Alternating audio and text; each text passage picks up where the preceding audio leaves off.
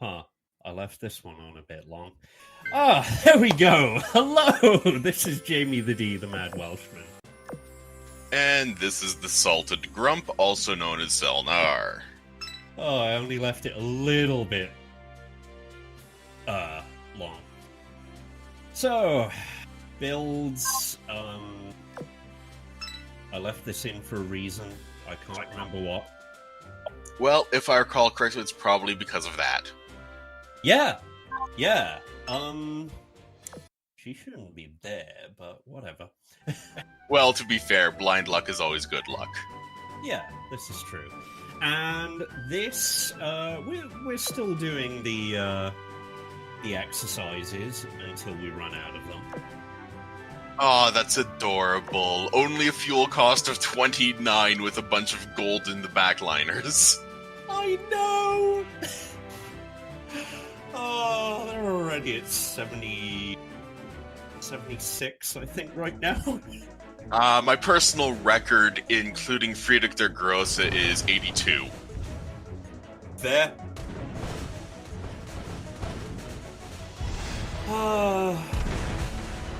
So yeah, this is a bastard of a daily. Personally, I don't find it all that bad, because honestly, the bomb ships are piss weak at this point in the stage. At this point, yes. Later on, I hope you've been power leveling. Well, of course, that's the name of the game, isn't it?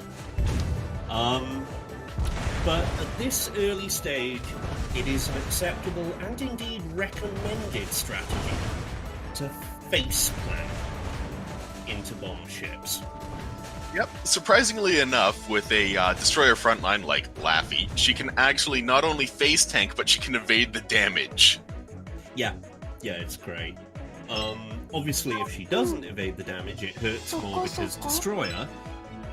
But yeah, it's worth a good hearty chuckle whenever that pops up, because, well, hey, it's just one of those moments where you realize, yeah, evasion tanking is viable until about World 11. Yeah, or indeed late exercises. Even then, it's kind of useful. Like, Laffy can still fuck someone up before she's taken down. Yeah, but the eventual goal, of course, is to not have anyone get taken down. Eventually, yeah.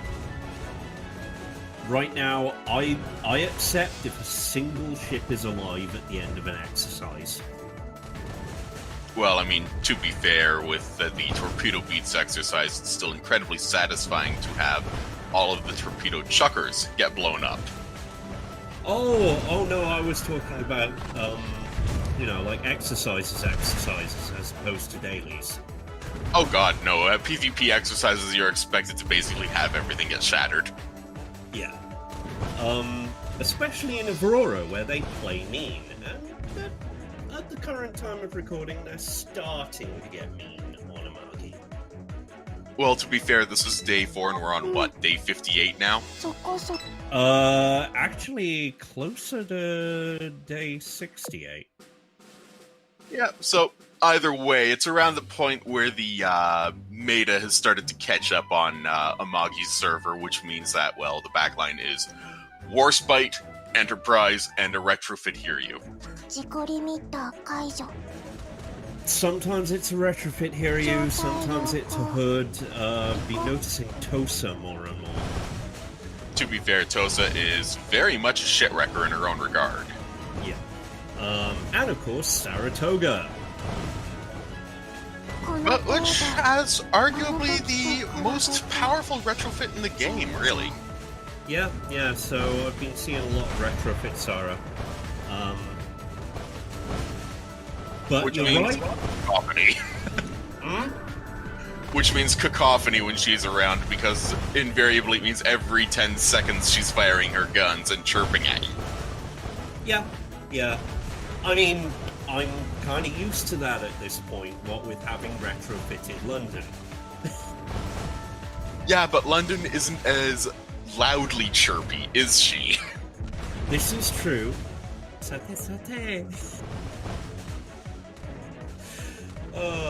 And that's all you get to hear before she pummels someone with increasingly accurate shots. Honestly, the retrofit system in this game is really well thought out because for the vast majority of it, it's actually based off of real retrofits that were, employed in the history.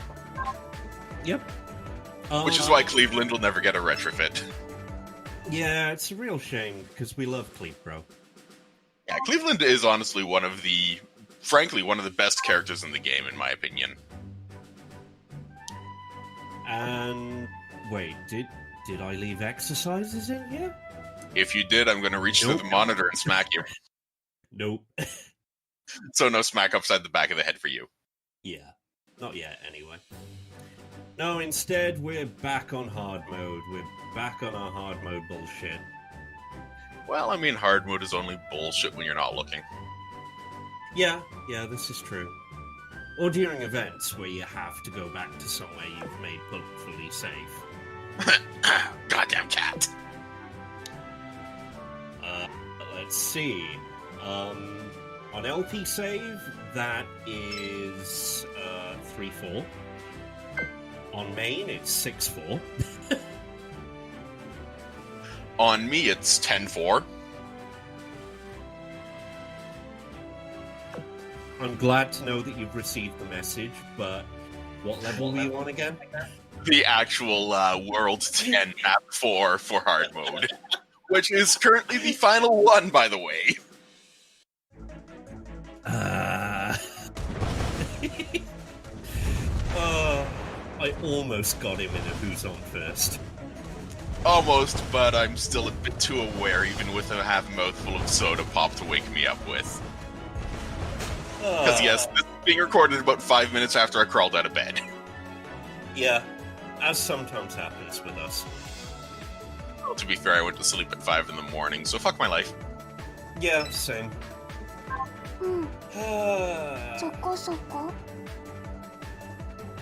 Laffy's gonna be MVP for quite a while.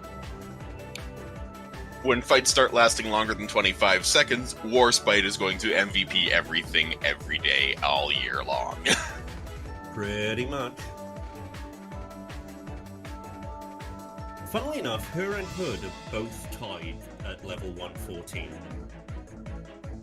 Well, yeah, I mean, you left Hood in the flagship slot instead of in somewhere useful. It is useful. Like the dumpster. No. Where Bismarck put her. Yeah. In the flagship slot, her special barrage can fuck up most of a wave, and indeed the center portion of an exercise.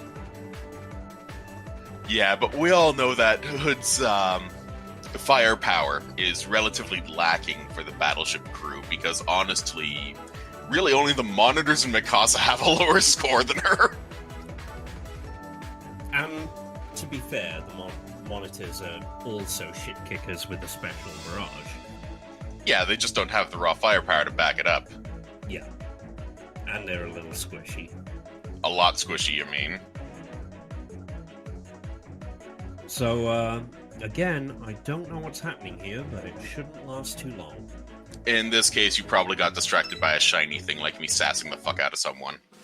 Yeah, probably. Anyway, we've technically already seen 1-4, but 1-4 hard is basically 1-4, but higher level. Pretty much, that's the go-to for every hard mode map, and after about World 3, hard mode maps start to have a little more interesting variety to them in the sense that they require more fights before the boss spawns. Yeah, much like the event hard modes do. And even then, it's only 1 or 2 more fights, which is thankfully not that usurious and punishing to your fleets. Yeah, I don't... What's the maximum number of fights before the boss? Off the top of my head, maximum number of fights before a boss is currently 7. Yeah, that sounds about right. Now, this is off the top of my head, so I will have to double check, so we'll leave it at that. I can't really see it being more than 8. Because that would be utterly bullshit. Well, of course it would be utter bullshit. That's half of the fun. For those who don't know, the final world of the campaign, which is going to be a long time coming, is one enemy who is one battle, which is 125. It tends to vacillate between events, but usually between 115 and 125, with the final boss of the main storyline in World 13 in normal mode being level 121. There we go. Yeah, 121. And it's Taiho, which means that you're being chased by a horrible, overpowered Yandere. Yeah. Still, this team is shaping up, apart from Long Island.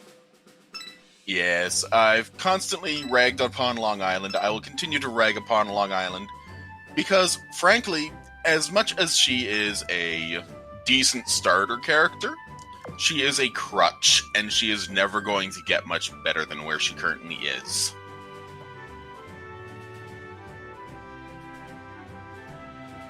Although you're a fine one to talk, considering how much you love Ranger. To be fair, Ranger, if the RNG actually likes you, can cause literally infinite amounts of damage. Yeah, true. There's a lesser chance of that happening with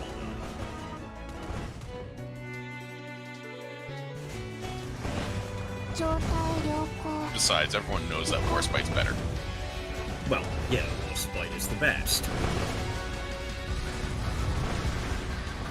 Shush, we're not talking about the current event for a long time. Don't worry, I was more thinking about the time she popped up in the Imperial Tragic Comedy in her retrofit skin before her retrofit was released in EN. Nice. There was some grumbling about that. I can imagine.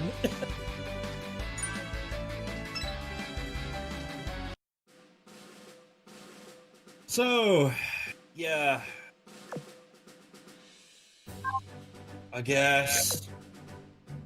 So this one hard mode map is unique because a single clear only gets you to 80% instead of an evenly divided number, like, say, 50% or 33% or even 25%, which starts happening later on. So in this case, it's very much the very first hard mode map that you have to clear twice to fully clear. Yeah. On top of that, there are also, as I recall, only 3 supporting fleets. Yeah, which means that you have to go into it anyway a couple of times to get the 3 stars. However, there is a fun trick you can do when that happens. Because retreating doesn't count as a hard mode. I mean, in the most technical sense, yeah, but that's gaming the system. It's designed in a way that makes sense in that, sure, you got your ass kicked, you've lost, it's okay to retreat, we won't punish you for that, but there are people who use it to grind experience, and those people are well, overly obsessed idiots, in my opinion. I just use it when, you know, like, I'm 1 away from a 3-star. Yeah, that's fair. Like I will be at the end of this one. Sucks to be. No, it's just 1-4 is one of those which has an awkward 3-star requirement. Yep, and that's understandable because it's just very much a case of the game showing that sometimes it will not play fair. Yeah. Later levels, you'll get that full clear. You'll get that 3-star requirement before you've even cleared it. Well, in my experience, no, but it gets close. No, there's been a couple. It's mostly in the 3s and 4s, as I recall. Yeah, it evens out around 5, 6, 7 on through, that sort of thing. It's just very much a case of the game being absolutely cruel when it wants to be. Yeah. I think, to be honest, 3 and 4, it's giving us a little bit of a break to counter the fact that the difficulty spiked a bit. Well, there's also the fact that in hard mode, map 3 is the first map where you can get gold blueprints, which are required to retrofit anything more expensive than, say, a blue tier ship girl. So, like Warspite, Laffy, all the good ones. Yeah, and indeed Sandy. Yeah, but we don't talk about Sandy. Well, we kind of do, because she's one of a couple that become rainbow tier. Yes, but she only became such because of a meme. Fair enough. Yeah, I just seem to have been very distracted while recording this. Well, you can blame me, because it's usually my shitposting driving you to drink. I mean, I've been teetotal for a while. I just drink coffee and pray for death when you're shitposting.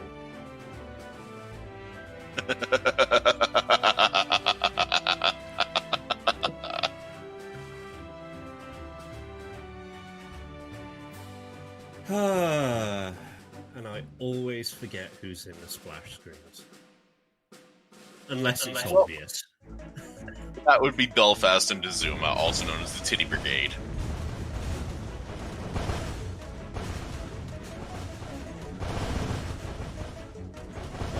I'll be getting Azuma at some point. Well, I'm about 95% complete as of today in regards to the final 2.4 million experience requirement, because it turns out that grinding hard mode maps in events is actually really good for experience and not so good for sanity. Yeah, I would agree with that. Although I did find that grinding 6-4, known as the point mine. Yeah, known as the point mine, which I'm free of in main save. But not in LP save, sucks to be you. Hey, I'm free of the fox mines at least. Well, yeah, but then there's the poi mines, there's the adoptee mines, and then there's the second dog mine. Yep. All of these, by the way, are boss rare drops, which can only be gotten on certain levels, usually 4s. And the thing about 4s on hard mode, they always drop carrier blueprints, as I believe we discussed last time. Yeah, that's correct. The blueprint layout is directly sorted by essentially map position, so X-4 will always drop carrier blueprints, X-3 is battleship, X2 is cruiser, and X1 is always destroyer blueprints. Yeah. Which means that I have something like 300 carrier blueprints. It's not nearly that bad for me, but it's still pretty bad. Yeah, and there's not all that many carriers you can retrofit with that. There's a total of 6 battleships you can retrofit. I have a pile higher than my head at this point. Actually, correction, 7 battleships. Yep. Those are event points. We don't need to worry about those. Not even in the event video. Suffice to say, we'll be talking about events when Crimson Echoes pops. The video, that is. The event popped long ago, as you can see. Yep, and it has Tosa being a very grumpy Gus. Yeah, she really is, isn't she? Well, I mean, considering her history, why wouldn't she be? She was nearly complete when the Washington Naval Treaty mandated that she be scrapped, and and as a result, the Japanese forces used her as a test bed for torpedo impacts until she sank. Yeah, yeah. And Laffy, you are very scary.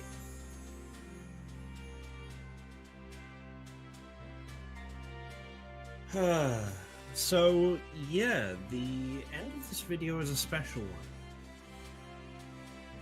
as it is the very last campaign story, until we get chapters 4 and 5 soonish.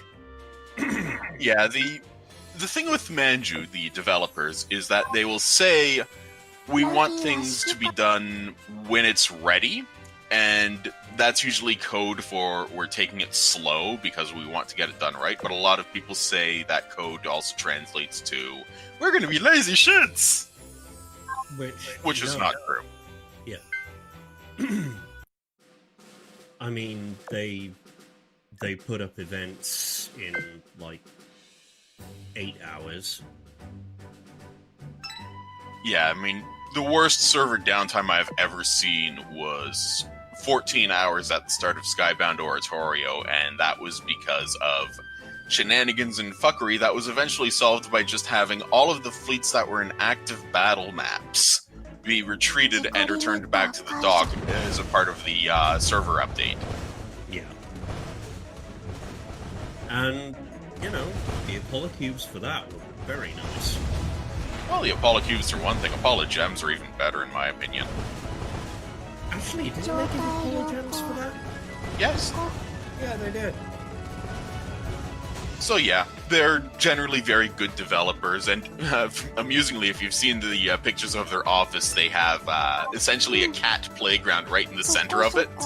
So it's a very low stress environment. Bless. Oh, it turns out I didn't retreat. Well, maybe not immediately. You might have gone after the boss first, just to grind experience. Yeah. And I have to admit, the splash image of Kaga as the battleship iteration and Amagi just lounging together is a very nice illustration. It is, and we're going to be using that as the Crimson Echoes Part 2 video. For good reason. It's very much a very good event in that it is, well, for lack of a better term, it is essentially the start of darkness of a major character, as well as applying a large amount of character development and, knowledge to the rest of the Vans. Yeah. That's gonna be a whole plotline of which I currently have 3 parts. It's currently up to 4 parts, so you're not missing much, and the part that you're missing is technically a miniature event. But Jesus McFuck, does it go absolutely off the reservation quick. It's great. It does indeed go off the rails. Basically, Siren bullshittery is absolutely fucking bonkers and kinda creepy at the same time. Yep. And of course, Inkstain Sakura Steel. The ink-stained steel Sakura. Thank you. Is, I believe, one of the first events where we're introduced to Purifier. It's actually the second event where we're introduced to Purifier it's the second event where we're introduced to Purifier specifically because she had a cameo at the end of Fallen Wings as a cutscene. Yeah. She got sent to annoy, the ink-stained steel, and then she got told, okay, go over to Winter's Crown and see if you get your head blown off by Ultraprise. Yep. And then she got her head blown off and came back about 5 minutes later because the damn thing's fucking immortal. Yeah. Purifier's scary. Yeah, there's a reason why she is the final story boss in Crosswave, and it's not just because of the fact that she is stupidly overpowered. It's because she is Queen Shitkicker of Shitkicker Mountain, and she knows it. I love that there was a segment in Crosswave where purifier's interrupting an exercise, and she gets told she's interrupting an exercise. And all this sinister fucking music just gets paused right there, and she goes, "What?" Yeah.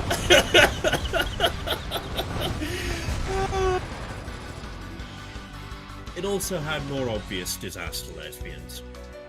Well, yeah, but to be fair, I mean, it's about shipping ships with other ships, so...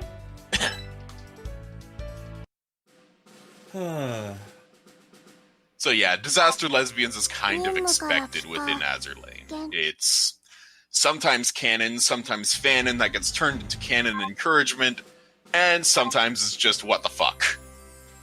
Ah, we've unlocked the lab!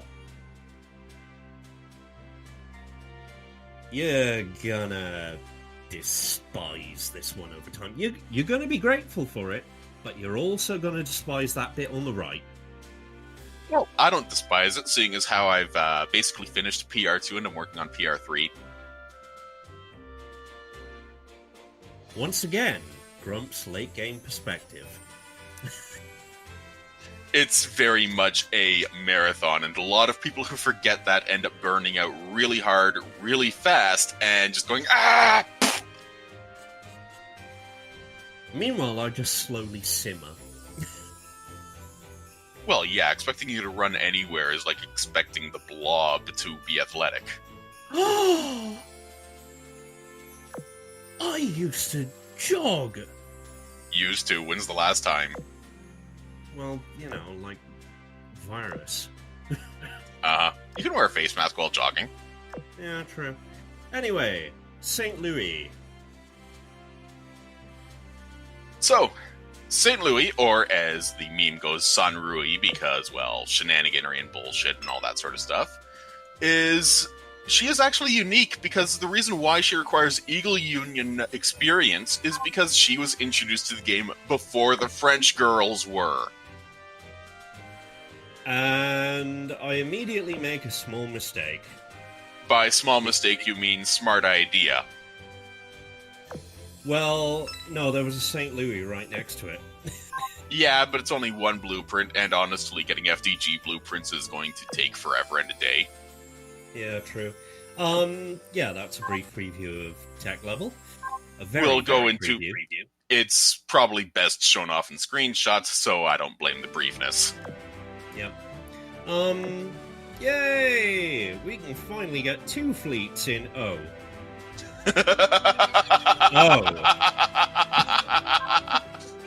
Welcome to early game hard mode, where that can suddenly catch you by surprise. Surprise, motherfucker! Get more carriers! Or just wait for a commission to end.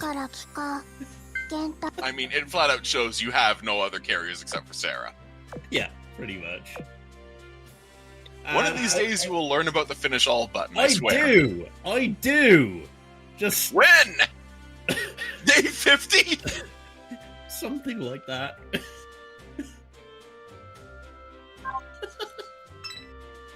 Okay, Hadakaze is a kamikaze-class destroyer. She predates the Fubuki class and is very much a torpedo boat.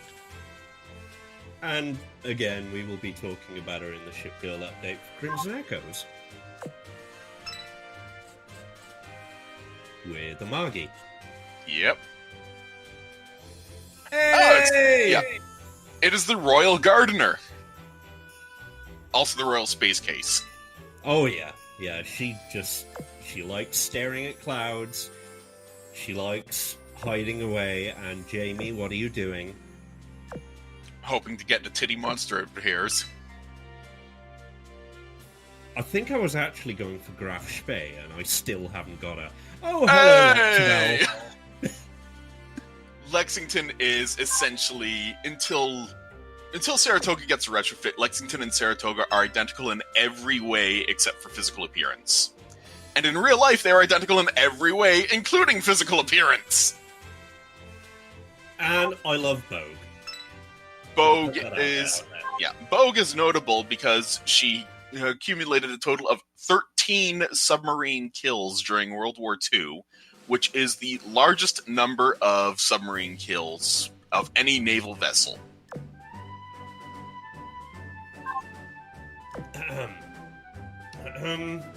Yeah, there we go. Uh-huh. There you are. Wake up, Jamie. Time for the tears. Yep, it's time. Now, I believe I cut to the proper moment once the proper moment happens. Because I don't believe it's on a first battle. I believe it's on a full clear. Well, it's been a while for me, so let's leave it at that. Anyway, yes, prepare for tears, because this is the conclusion of the Battle of Midway.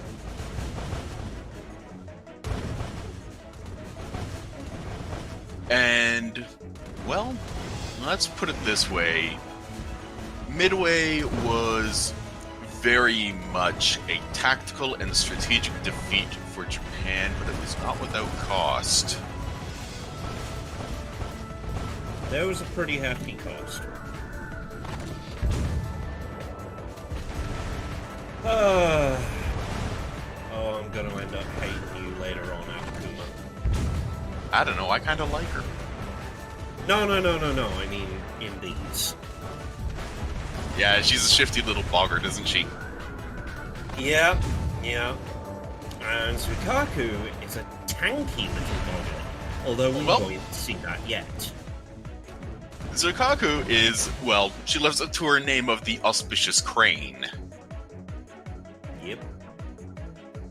Hey! One more for the Fletcher Collective. One of the more memorable Fletcher collectives, which is a rarity and must be treasured. Well, to be fair, she is blue tier instead of gray tier. Yeah.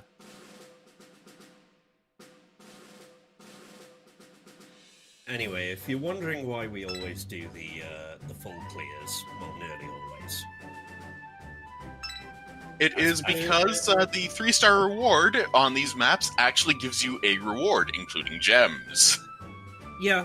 3-starring everything.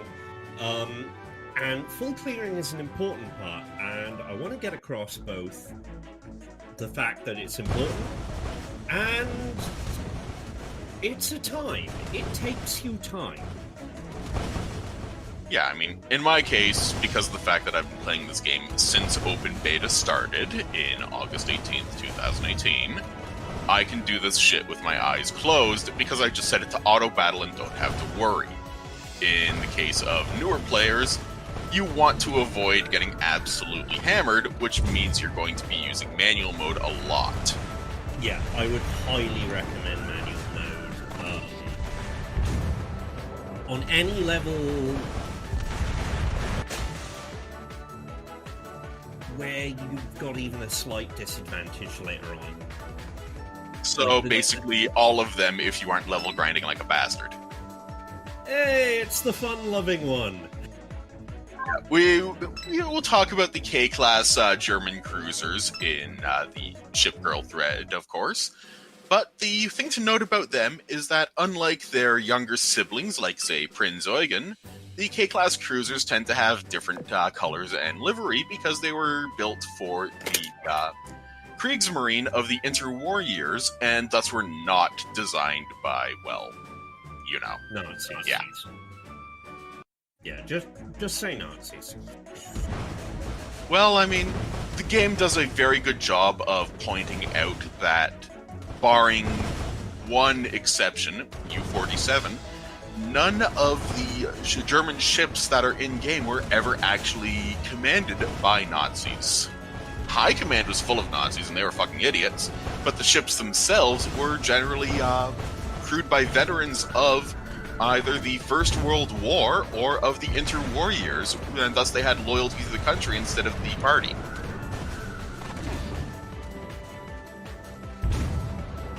Seriously, watch Das Boot. You'll see that the only person on the entire U-boat that's confirmed Nazi is generally sneered at by everyone. Fair. And Das Boot is, as I recall, a good movie. Well, it's about as historically accurate as a movie can be in regards to the actual conditions because, well, the book that it's based off of was a literal wartime report of a war correspondent in a U-boat. Also, said writer claimed that the movie was glorifying war, even more so than usual. If you've seen the movie, you'll ask, how the fuck? Fair. Seriously, watch Das Boot. It is honestly an amazing film, and even though it is about, well, for the fully uncut version, it's 5 hours long. Yeah. So, there's a very interesting little thing that appears to be across versions. I mean, I'm using BlueStacks, and it happens there when I'm on my phone, and I'm flying manual, which is relatively rare now. It happens there. You don't actually have control until about half a second after you enter the map. Yeah, that's a given on actual, basically any difficulty and any input system, because the way it works is that for the first half second, your girls are still decelerating to combat speed instead of in cruising speed. Fair. Right.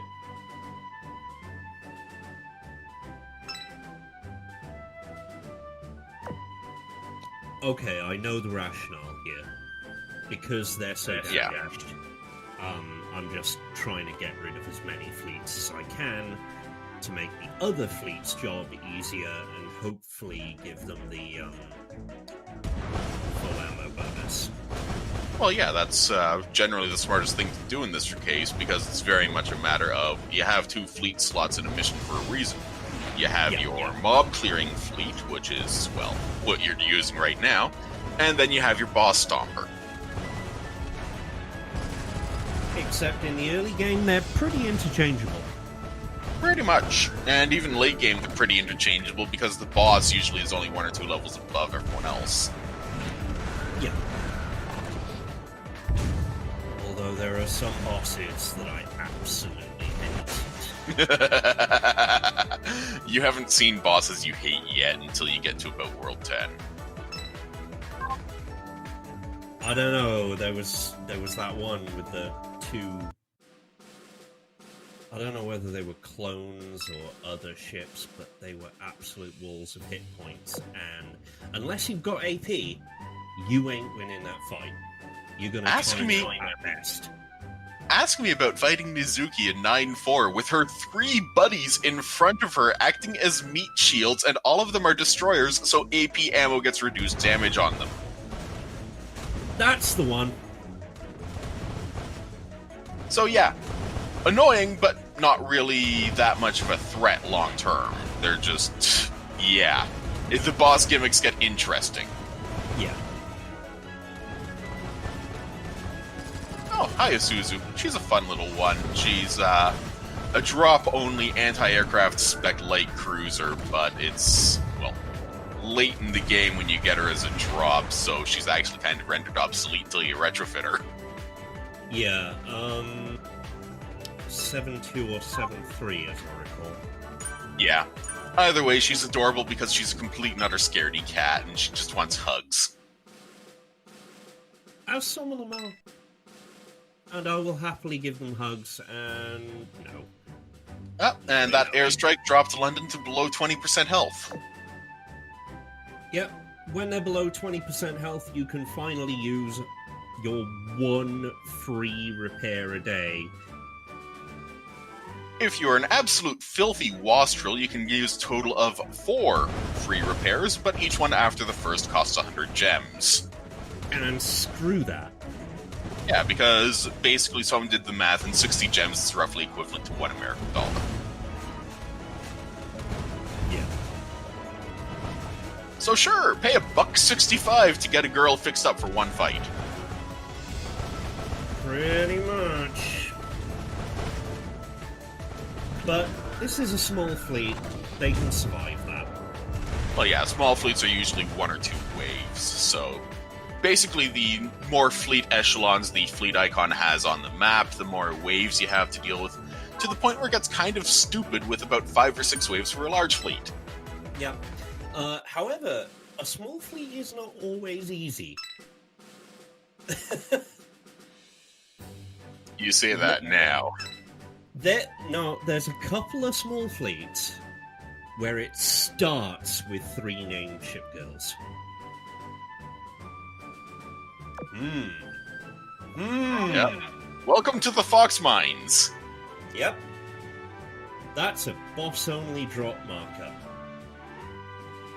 Yep, and in this case, we know the exact rate. 0.75%. Yep. Took me 60 days to get both of them. Took me 5 months of intermittent grinding. So there I get to feel smug, even if I can't get to feel as smug as if I'd gotten it first try. Well, as was mentioned, it's very much a matter of it's up to the desire sensor, and the desire sensor hates everyone.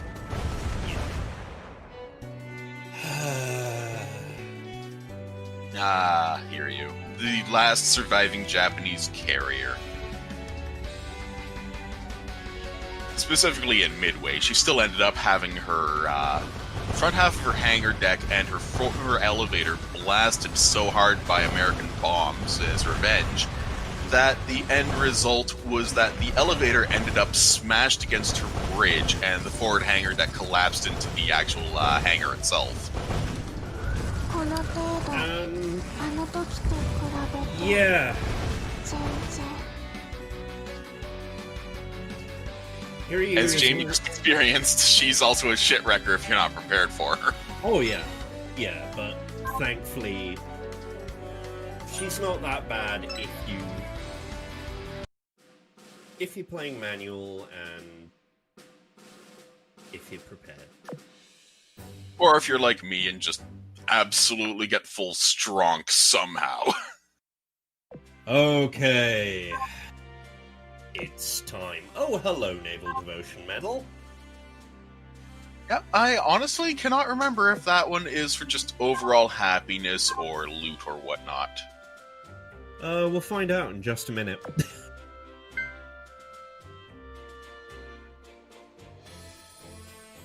Just completing dailies. Yeah, that's fair. They don't do anything, but they are pretty. It's purely cosmetic, and some of the requirements are absolutely fucking bonkers. Like, for example, the Ironblood Adamant level. The Ironblood Adamant level requires you to get 24 of about 35 Ironblood ships to level 120. And a lot of them are event only. And I do mean a lot of them. Yep. Many of them are submarines. And we're coming up on the end at a very sad moment.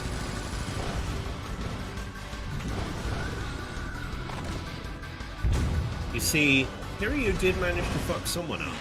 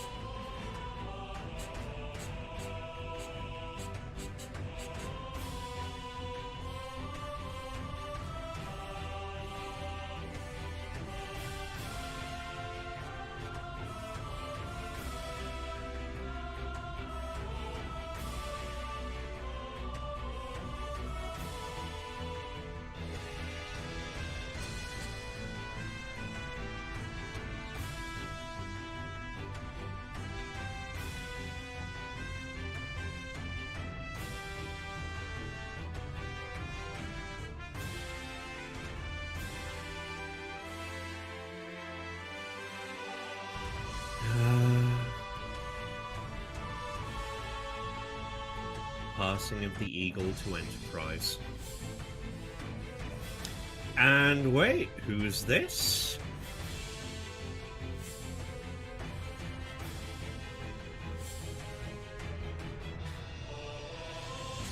Welcome to Siren Fuckery, folks. We're gonna be getting into that real soon. Yep. Siren Fuckery is primarily shown through the events instead of the main story.